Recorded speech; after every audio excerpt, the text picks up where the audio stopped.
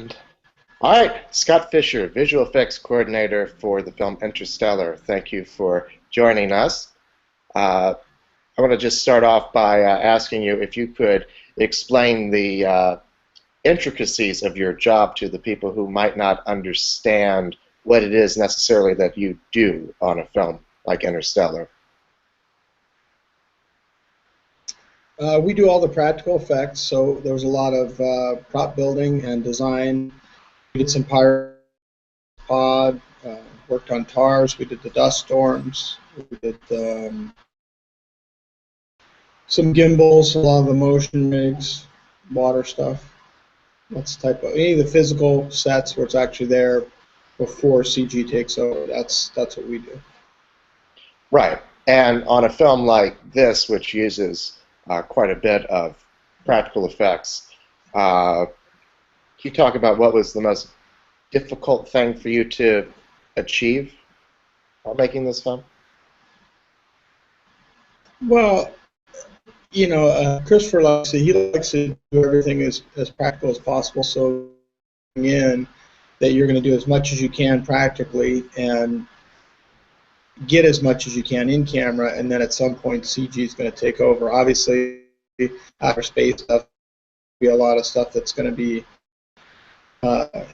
off there, but some of the more challenging things were work we do with TARS, a lot of the spaceship, the coupling sections to go when they're doing all the docking, all that stuff. The dust storms were pretty challenging. We're trying to do those on a really large scale, and the fires in Canada. That stuff was all really challenging. Right, and it's my understanding you didn't use a lot of CGI on this film. Was that I guess that was a conscious decision of Nolan. Was it just trying to, I guess, I don't want to say harken back to an earlier time, but I guess make things more believable? Yeah, I think it's definitely to make things more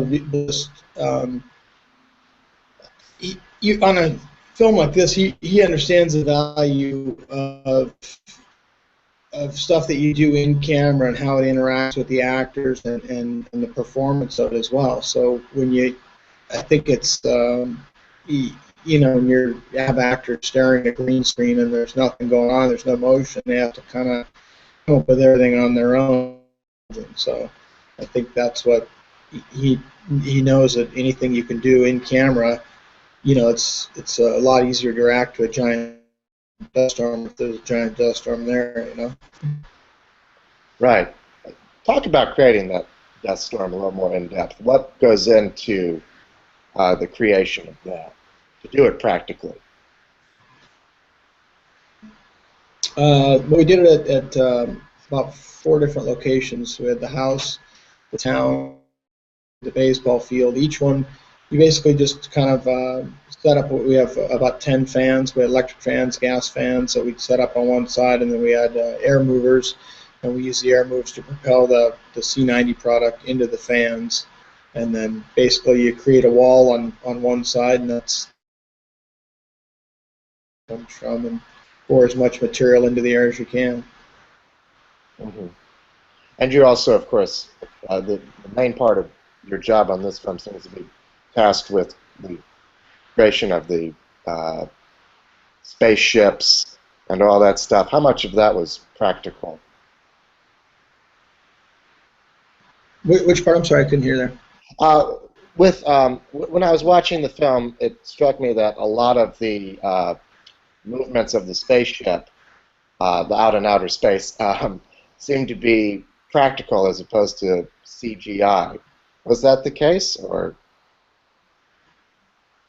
Yeah, so as a set piece, we built or our department built a 7/8 scale Ranger, and then also a lander, and then with the interior Ranger, and all those sets we ended up putting on motion bases and gimbals to do the movement. And he did a lot of hard mounts that were mounted on the ships themselves and moved them in the light. That's how I get a lot of those shots that look so great in outer space where they're moving and you see the light changing, and and the docking and coupling, all that stuff was basically not full size, but just nearly a 7/8 scale. So pretty much every set was the Ranger, the Lander. We had an endurance section. All had some movement that we did in camera. Right. It reminded me a lot of watching 2001, which I'm assuming was an influence on this film.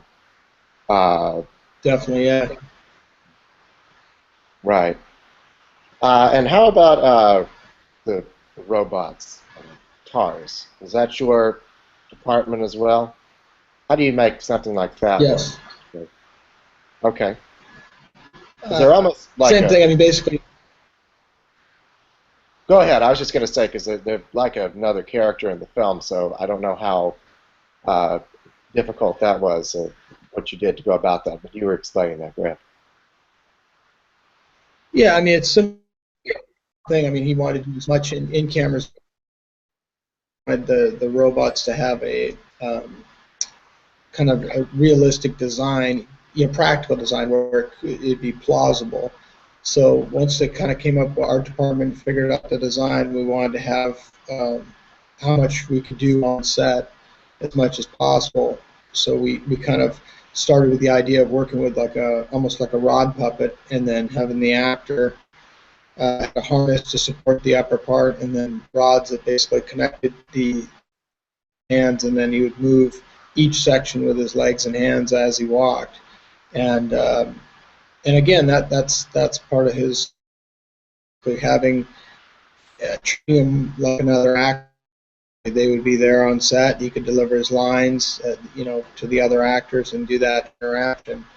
And there were some shots where they had to do some CG stuff where the robots just physically couldn't do it, and Bill Irwin, a lot of it was done on set because he wanted to treat him like another.